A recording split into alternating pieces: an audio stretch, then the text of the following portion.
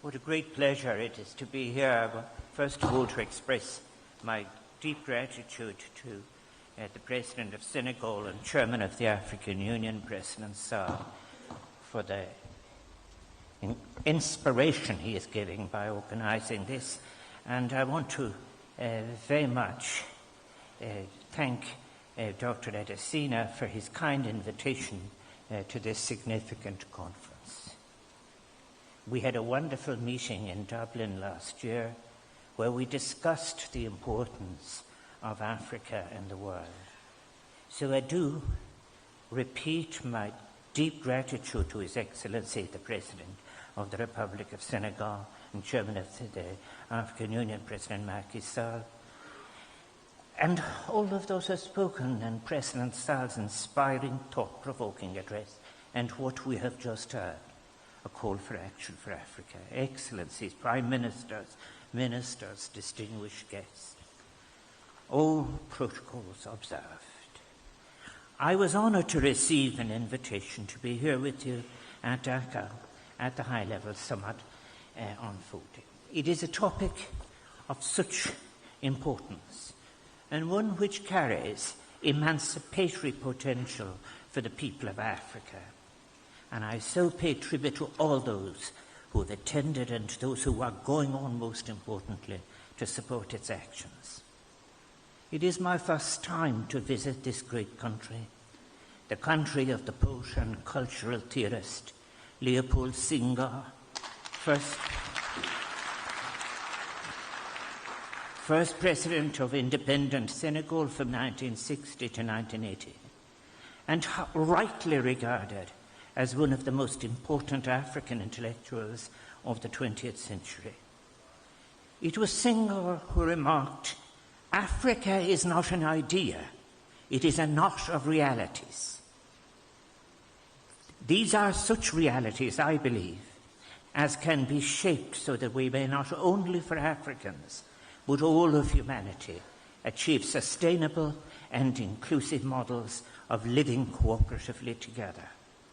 And I speak to you today out of a sense of seeking hope, a hope born of recognizing the potential of a continent on which the prospects of so much of our shared future rests.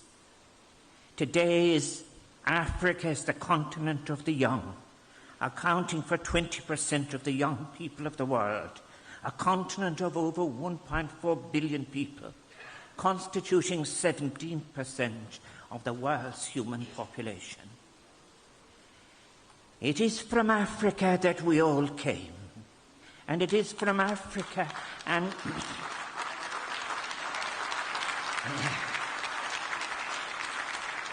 it is from Africa that the most populated continents, that the most authentic expression of a new model of existence can come.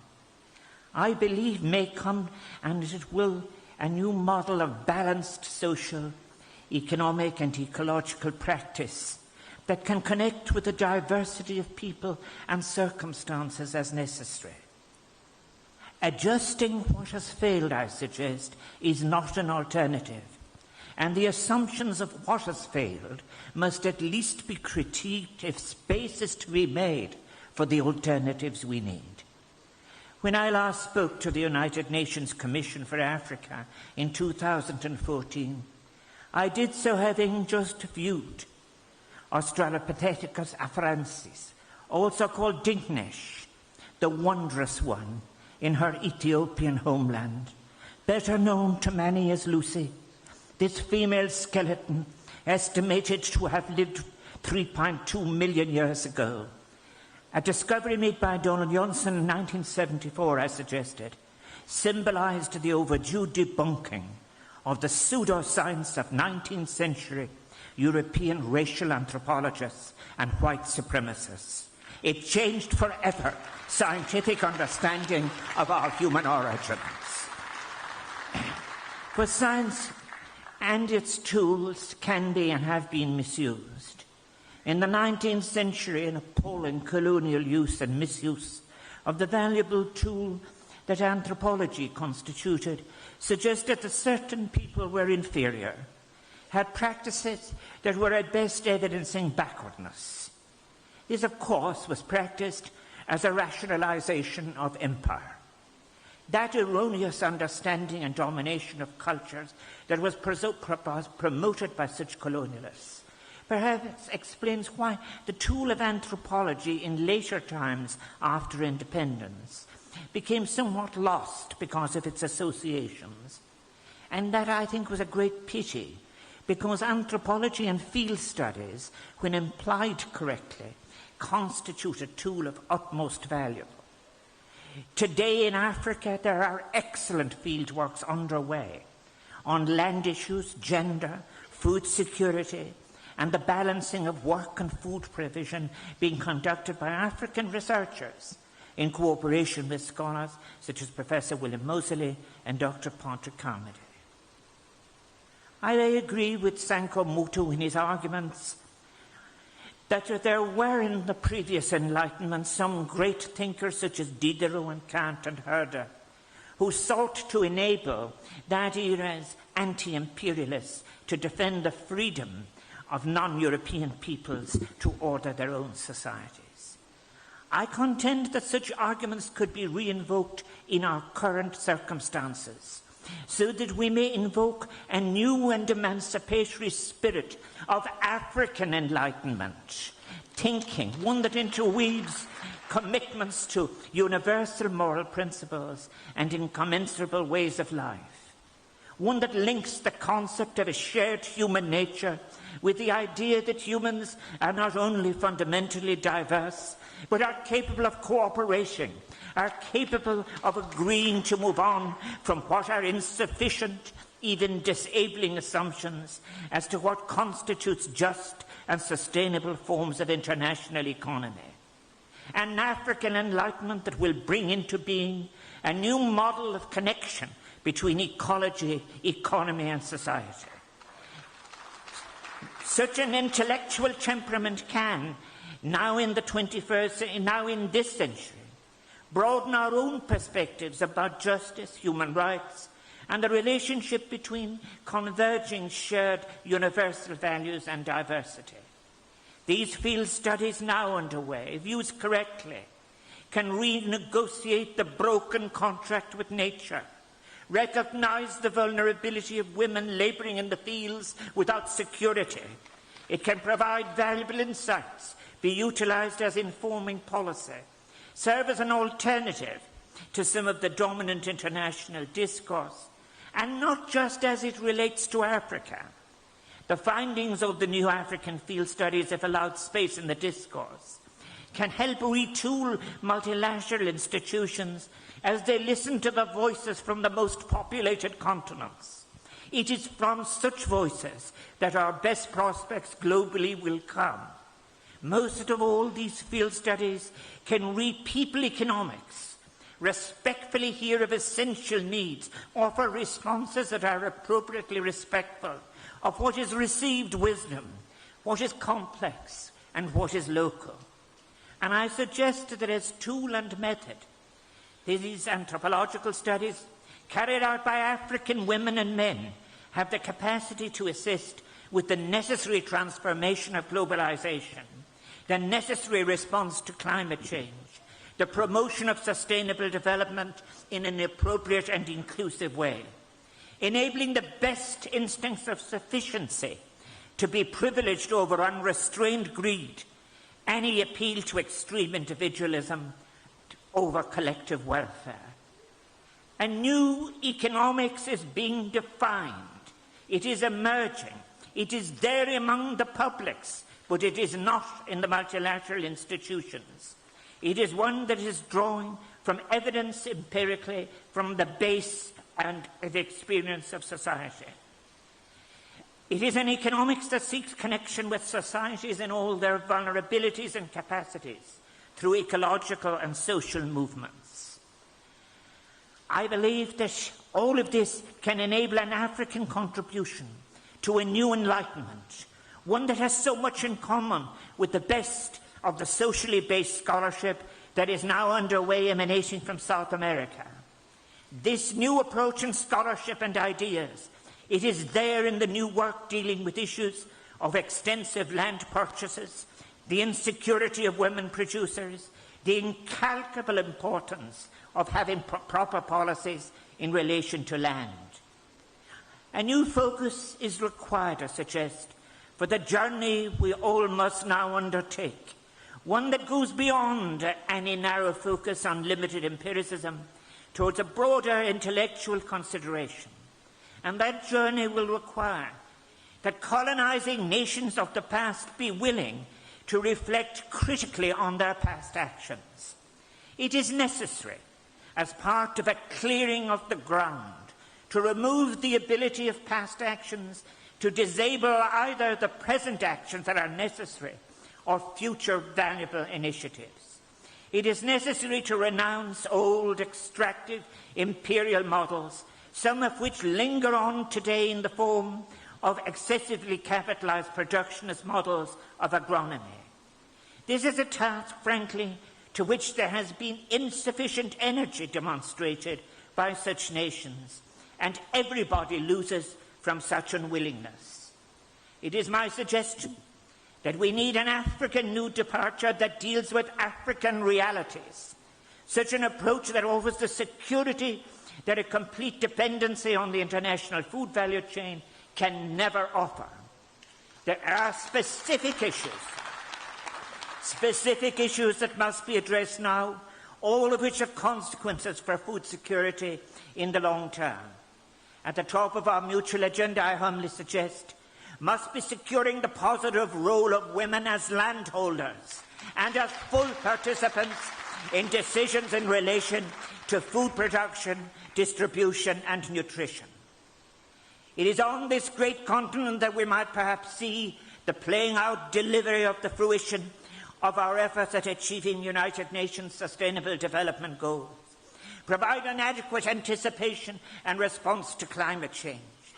In short, I repeat, achieve that vital connection between economy, society, ecology and culture and Mother Nature that we so urgently need and cannot postpone, involving as it does the future of the planet itself as a habitable space.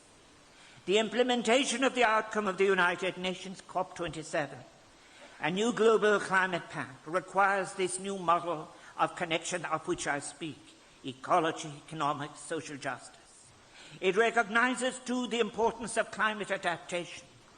However, we must recognize that for some countries and communities in Africa and elsewhere, adaptation measures may come too late. This points to the critical importance of support for loss and damage, an issue Ireland prioritised in its role as part of the European team brokering the agreement on loss and damage at COP27. Achieving a recognition of loss and damage as a consequence of the North-South relationship was, in my view, the most significant outcome of COP27.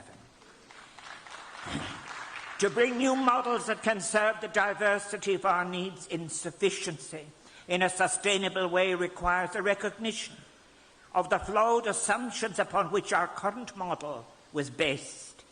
These are assumptions which have a history. From an early emphasis on the subjugation of nature came the imposed hegemonic idea of progress, followed by modernization theory, evolutionist development theory, such as that outlined and led by the Princeton studies of the 1960s, that would go on to guide the practices of the World Bank. This was an ideological position. It was a heavily empowered project.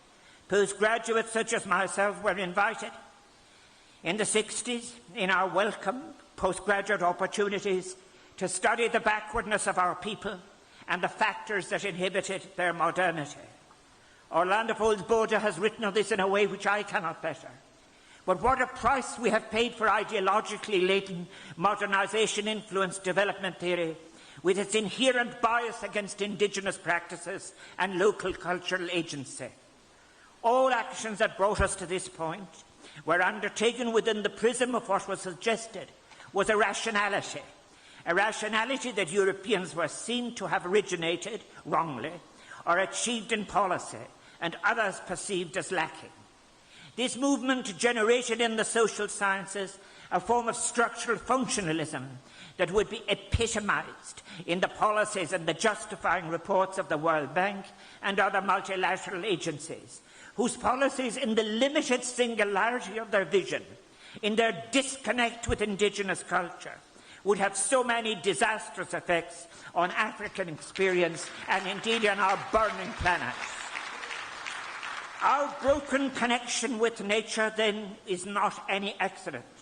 It was supported by a body of intellectual work that facilitated an expression of power through colonization, imperialism, exploitation and domination. This involved rejecting ancient wisdoms, certain ancient methods of crop rotation, other practices of food provision. The enforced embracing of externally imposed market practices were seen as fundamental to the idea of progress in human achievement. I offer this summary to emphasize not only how tragic but how unjust it is that through the exercise of such assumptions and their results, the practices they unleashed, that those who contributed least to the destructive climate change which was the result are bearing the heaviest burden of its consequences. 9 out of 10 of the most climate vulnerable countries in the entire world are in sub-Saharan Africa. As to emissions of the 20 countries most affected by climate change, between them they account for only 0.55% of global emissions. I was in Somalia during the ruinous famine of 1992 and witnessed horrific preventable scenes of famine and severe malnutrition across the Horn of Africa, a region that has endured devastating hunger 3 times in 3 decades. We as a global community have the capacity to anticipate and prevent regional and global famines. We have, however, not faced the basic structural issues that influence food insecurity. How did so many in Africa become so dependent on so few staples, the production, distribution and consumption of which they have over such little control? How do the complex dependencies of global value chains develop? And how are they being sustained? And how centralized and by how many participate in them? It is a remarkable statistic you've heard it. You couldn't say it often enough that despite having 2/3 of the remaining arable land, Africa still imports 100 million tons of food at a cost of $75 billion annually. Yet Africa has the potential to be self-sufficient in terms of food production, and indeed, as you have heard, to make a significant contribution to feeding the world. We now need best ecological practices in agriculture, including agroecology, to become widespread. And this is substantially different from mere adjustments to the over-heavily financed productionist agronomy model, a colonially imposed food system which has exacerbated food insecurity by creating over-dependence on a small number of staples and an over-reliance on imported fertilizers, pesticides and seeds coming from a very narrow base. We must acquire a space for the discourse needed to achieve the necessary transformation in policy and practice. It is an achievement we have yet to make. Yes, our current context is challenging. The illegal invasion of Ukraine by Russia has exacerbated an already existing food crisis by its blocking of grain and fertilizer shipments early in the war. Food and fertilizer prices have, you have heard, increased globally. And of course, remember, just simply 7 companies are responsible for 70 to 90% of the speculation in the international commodity market in relation to food. This has further endangered an already fragile food security. Yes, a humanitarian response is urgent and needed now, essential, but it is not sufficient. The underlying failures of the structural kind and multilateral institutional kind that are disrupting global food supply must be addressed. The global humanitarian response to which Ireland is so always quick to respond cannot be a mask that serves to cover for the continued neglect of the structural sources of food insecurity. Increasing food production, in an appropriate way for our growing world population must be undertaken as urgent. But what is crucial are the social structures in which that increase in production and distribution of food is achieved. Yes, it will require increases in productivity and yields, but this surely must be achieved in a fair and transparent set of partnerships. We must respect the seed sovereignty of native practices and indigenous peoples, take cognizance of the consequences of large-scale land and water resources purchases. Such increases in food production must be sustainable even as we continue to lose land to environmental degradation and climate change with horrific attendant loss of biodiversity. Yes, the United Nations Convention to Combat Desertification projects that 700 million people are at risk of displacement by 2050 owing to land degradation. In addition, half of global grain production will be affected by water scarcity. This will create huge competition for resources. To address this, we need to invest in land restoration, environmentally sustainable agricultural practices, and the agreement reached by parties to the United Nations Convention on Biological Diversity before Christmas is hugely important in this regard. In the global north, we waste a quarter of our food we produce. In developing countries, a similar proportion is lost through storage and transport. How can we regard a structure which delivers results such as these as not fundamentally flawed? We must face up to the difficult questions. Do we have the balance right globally between feeding people and feeding animals to feed people? What about the balance between meat and plant-based diets with regard to health, nutrition and climate impacts? How do we find the optimum balance between land used for food crops versus land used for biofuel crops? What are the cultural implications of changes in land use? Participation is a core tenet of citizenship and democracy, and it is damaged by dependency. I repeat that we must address how it has come to pass that the people of Africa are so dependent on 3 food staples and that the food production and distribution model is so deeply flawed.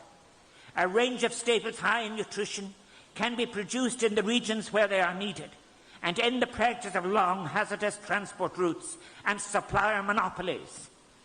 Agroecological models show us a path away from dependency and insecurity towards a decolonized agronomy. We must make concerted efforts to ensure the removal of barriers to diverse agricultural development in Africa, as in, for example, as are offered through agroecology, if Africans are to unlock Africa's potential. Regionally led initiatives, devised, led and transformingly managed and developed by the countries of the region and supported by appropriate predictable and sustainable funding, are a key to addressing long-term peace, justice and sustainable living. Some of the initiatives so powerfully expressed in African Union's Agenda 2063 are underway, and we can look at the Great Green Wall and others combating the effects of desertification in North Africa. As I finish, I'm often asked, well then, what would an emancipatory imperialist anthropology look like now in Africa? And I say to them, it's already taking place with African students in the field, and their evidence must be allowed into the discourse, into relation. What are they doing? They're examining the cycles of life. They're examining the basic needs of such cycles, as you have just heard. What are the needs that are there? And what can be done cooperatively? And the great joy of celebrating successes. This practical fieldwork is crucial to be fed into the decision-making policy framework. It celebrates the best of the endogenous, offers a democratic understanding of the exogenous threats. It meets the requirements of adjustment to climate change and sustainability. It offers the very best prospects for avoiding unnecessary conflict and of achieving peace within and between peoples.